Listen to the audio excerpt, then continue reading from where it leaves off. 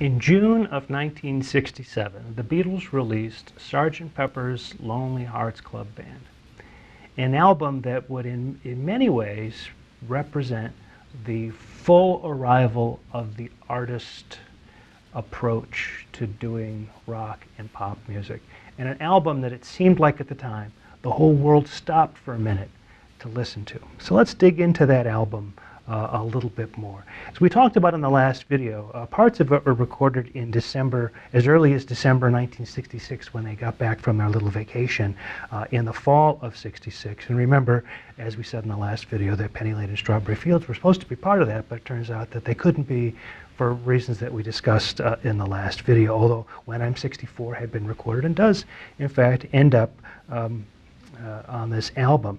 Now, is Sgt. Pepper the first concept album in the history of rock music? Well, even if you believe it's a concept album, it may not be the first concept album. It's certainly not in popular music. There are other albums that you could go back to, even from people like Frank Sinatra or John Coltrane, that were sort of concept albums.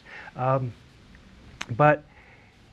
to go with that, John Lennon always argued that it was a concept album at all, that it's not a concept album. His songs could have gone on any of the Beatles records, Revolver or Magical Mystery Tour or whatever. None of his songs had anything to do with the Sgt. Pepper concept. So, having said that, let me make the argument for why Sgt. Pepper was understood to be a concept album by most of the people who received it, the other fellow musicians and fans and that kind of thing, and how it can be viewed as the first concept album, the first important concept album, because it's the one that everybody used as a model for the tons and tons of concept albums that followed on Sgt. Pepper. So even if it's not the first, and even if it's not really a concept album, it still has a place as the first concept album. So what is a concept album? Well, for one thing, an album of songs that are all sort of go around a particular or centered on a particular kind of idea or premise. In this case, the idea of Sgt. Pepper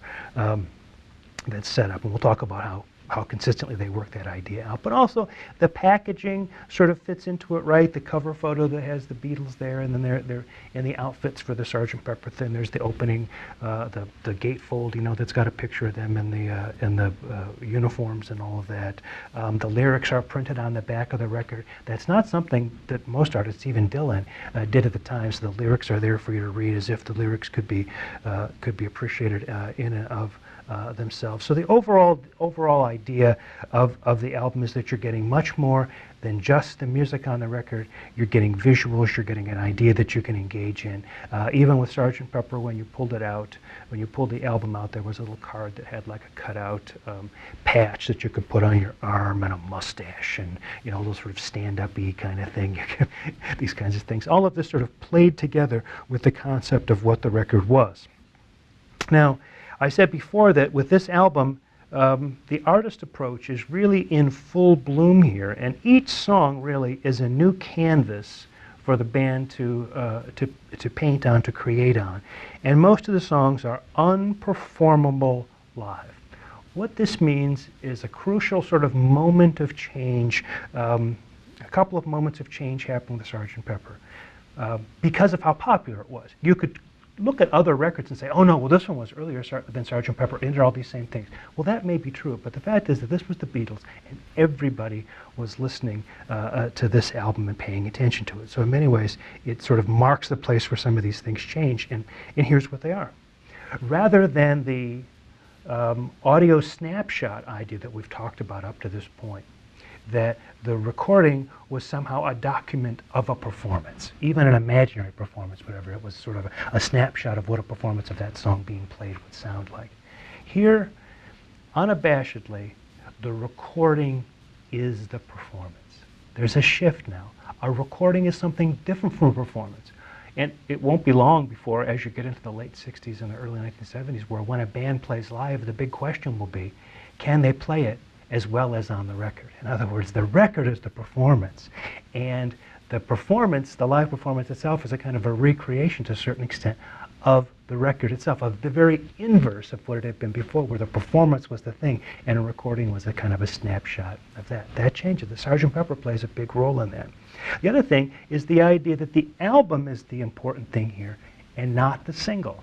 Up to this point, pop music had been dominated by singles. An album was an extra thing you bought if you really liked the band and you wanted to have, some extra stuff by them. But, really you made your career, you lived and died by by the success or lack of success of the singles that you released. Here, the idea is that the album as a whole is maybe greater than a sum of its individual parts. And so we start to get into what will eventually be called album-oriented rock, the idea that if you're really serious about a band, you buy the album. Buying singles is for teenagers and teeny boppers and these kinds of people who only care about, really the poppiest of music, and real rock aficionados care about albums. And so Sgt. Pepper, it plays an important role in that change. The concept album, the album is being more important than the single, and the recording now being the performance itself. Now, Sgt. Pepper played a central role in the spread of psychedelia in pop culture, and was imitated in many of its dimensions, including all those things that I just mentioned. Psychedelia really sort of broke around the world into mainstream culture in the summer of 1967 in conjunction with the arrival of Sgt. Pepper's Lonely Hearts Club Band. Now, a closer study of psychedelia reveals that actually psychedelic scenes in San Francisco, in London, even Los Angeles had really already been present for at least a year before any of this occurred. In fact, there was a psychedelic scene in San Francisco at the very time the Beatles were playing that last show in August of 1966 in San Francisco at Candlestick Park. Unbeknownst to them, really, they found out about it later. George Harrison, during the summer of '67, went out and visited, but this was a whole year before that. But the album itself played a tremendous role in spreading all that. Now let's look at some of the songs and talk about what we've got here. The John songs, Lucy in the Sky with Diamonds, mostly a John song, supposed to be a song about drugs, LSD, but in fact, maybe influenced by John's experience in drugs, but he was really trying to use the Lewis Carroll, Alice in Wonderland through the looking glass kind of imagery to kind of do a kind of fantastical characterization of experience and perception and that kind of thing. So yes, it may seem awfully psychedelic, but still not necessarily a song about LSD. Lucy in the Sky with Diamonds is actually the way his son Julian described a picture that he'd done. That everybody put their kids' pictures up on the refrigerator. His refrigerator art. He said that's Lucy in the Sky with Diamonds. Being for the benefit of Mr. Kite is one that has lyrics that are drawn from a circus poster. And we'll talk about this one a little bit more when we get into the musical close-up, so I'll save what I have to say about that until then. And then Good Morning is a song with lyrics taken from a cornflakes ad on TV. It's got the use of sound effects, use it for animals. It's a kind of a dual verse form, meaning it's got two parts, but both of them could really be thought of as a verse. I won't say too much more about Good Morning, except that the idea that John sees a cornflakes ad and decides to write a song sort of based on a cornflakes ad. This is going to come back to us when we think about something like, for example, Happiness is a Warm Gun, which comes from him seeing an NRA ad in a magazine, right? So this idea of this received or found influences, where a song is not so much about the way I feel or what I'm thinking, but it's a kind of almost an avant-garde kind of reflection or reaction to something that happens in the environment around you. The Paul songs on Sgt. Pepper are the actual song, Sgt. Pepper's Lonely Hearts Club Band. It introduces the concept. It's a song that's almost written to be a fragment, that it is as a song. It doesn't really sort of end as much as it transitions into with a little help from my friends. Again, mostly a Paul song written especially for Ringo to sing. These two songs together really are about all you get with the concept of Sgt. Pepper until they get to the very end when they have the reprise of the Sgt. Pepper theme, and then they go into A Day in the Life. Otherwise, the songs really just kind of are sequenced the way they would be on any other Beatles record. But it starts with the Sgt. Pepper thing, transitions into Ringo playing the part of Billy Shears. So that's enough, I think, for people to think of it from the concept album point of view. Another Paul song, Getting Better, is sort of sunny Paul with the skeptical John interjections during the tune that reminds us a lot of We Can Work It Out, where you get the sort of Sonny Paul and the more kind of skeptical John inserting his point of view. Fixing a Hole is another Paul optimistic song. If it's broke, I'll fix it. She's Leaving Home we'll spend some more time with during the musical close-up, a very interesting song that hooks up to a lot of things that we've been talking about in Paul's songs. When I'm 64, I've mentioned a couple of times, it's a song that Paul wrote when he was 15 years old. And Lovely Rita is a song about Paul falling for a lady in uniform. It's a contrasting verse-chorus song with two different choruses, and it has a very sexually suggestive ending, something that people would criticize or I guess note eagerly about Prince's music in the 1980s. And here it is on Lovely Rita, meter maid here on Sgt. Pepper. There's one George song on the record, and that's Within You, Without You. And it picks up where Love You Too left off. I told you to put a mark by Love You Too. Now we're picking up with Within You, Without You, with Indian musicians and philosophical lyrics. We'll look at this one in the close-up coming up here. So let me just say a couple of things about this right now. Even though George only gets one song on the album, this track is a long song, 5 minutes long, and extensively produced.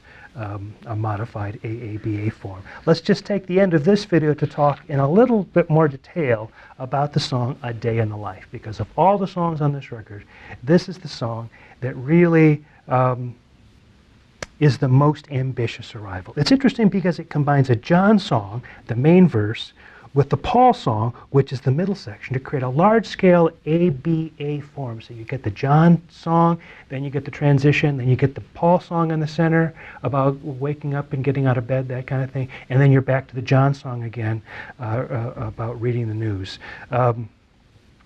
When you think about Lennon's lyrics, they're drawn from a newspaper. Stories that were juxtaposed against each other in a newspaper, or, an artistic reflection on that idea of the juxtaposition of things. So many of the things he's talking about are things that could be part of stories that have no more relationship to each other than the fact that they happen to appear on the same page together. Again, another indication of this sort of received or found object as a kind of an influence or a kind of a spark to his creative juices lyrically, and not confessional. He's not talking about what he thinks about A Day in the Life. He's basically providing almost a kind of avant-garde juxtaposition of images there. Of course, we get the use of orchestral instruments and the elements of chants. The way that occurs is that in that transition between the John song and the Paul song, again, a Paul fragment of something that he hadn't finished yet, so they just put it together with this John song. This idea of putting together fragments, Paul will pick up on in the second half of Abbey Road and turn into a whole kind of mega side of an album by putting together fragments. Anyway, we get the real first hints of that here. But let me tell you about that transition that occurs between the John song and the Paul song, so between the big A section and the big B section, and again occurs at the very end after the second return, after the return of the A section, the second appearance of it at the end. What they did is they knew there was going to be a certain amount of time that they were going to have to fill it with something. And there were some piano chords there, and and they had Mal Evans counting the measures, and they set an alarm clock at the very end of it so they would know when the section was. The musicians had to be done and the next section would begin, although they intended to erase the alarm clock later. When Paul came in with the lyrics and to what was going to be there, it had to do with waking up and getting out of bed. They left the alarm clock there. You can still hear it if you listen carefully. And they told all the people in the orchestra to start at the lowest note on their instrument, and without trying to imitate anybody next to them, just kind of ascend up through the notes on their instruments chromatically, going through all the notes until George Martin would give the cue, and then they would lock into an E major chord. So whatever note was closest to where you were, the E, the G sharp, or the B, just hit that one. And so it was a totally random chance kind of thing, exactly how that thing was going to sound, that big kind of crescendo of sound that occurs there. And so they did it there, and then again at the end of the piece, a very avant-garde chance kind of thing. Parts were not scored, people were just given instructions, and they just did, orchestral players just did what they were told to do, not unlike a piece by a contemporary avant-garde composer at the time like Karl-Heinz Stockhausen. So you can see this ambition.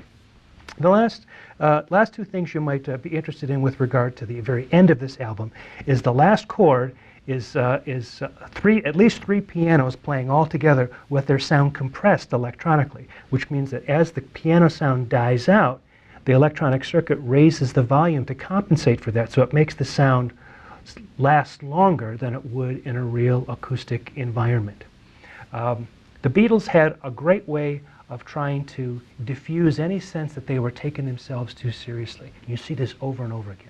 Whenever it seems like they're being too serious, they'll immediately, do something kind of goofy to kind of break that mood, to show that they're just not, let's not get too serious here. So at the end of this album, as this big dramatic tune ends and there's this long sustained chord that goes on for way longer than any acoustic piano chord could ever do, all of a sudden the needle gets to the inner groove, and as it hits that inner groove, you've probably seen needles do this on manual turntables, on that inner groove. They took a bunch of tape loops, goofy, crazy tape loops, and just kind of put them on the inner groove. So after all of this sort of drama, you get this sort of goofy kind of clowning all, until you go over to the record and actually just pick the tone arm up. You got the Beatles acting goofy after this big sort of dramatic piece. Well, when it was released on CD, the question was, the first thing they did when they released it on CD, as I understand it, maybe you can correct me if I'm wrong here, is that they left the inner groove music off, and Beatles fans were crazy about this. Oh no, we have to have it. Says, okay, we'll include it, but then the question was, well, how long do we let it play? Anyway, probably on the version you've got, you will hear the inner groove music. But if you've got a Day in the Life and you don't hear the inner groove music at the end, you haven't got all of it. So what are the musical features we can talk about with regard to Sgt. Pepper? Well, the musical styles on this album are so diverse that no other band could have released this album. Every song sounds like it's a different group here. This really is the artist album. Talk about craft to art. We're really talking about the movement from A Hard Day's Night to Sgt. Pepper's Lonely Hearts Club Band in my book. This is A Hard Day's Night is the sort of high point of the craft approach.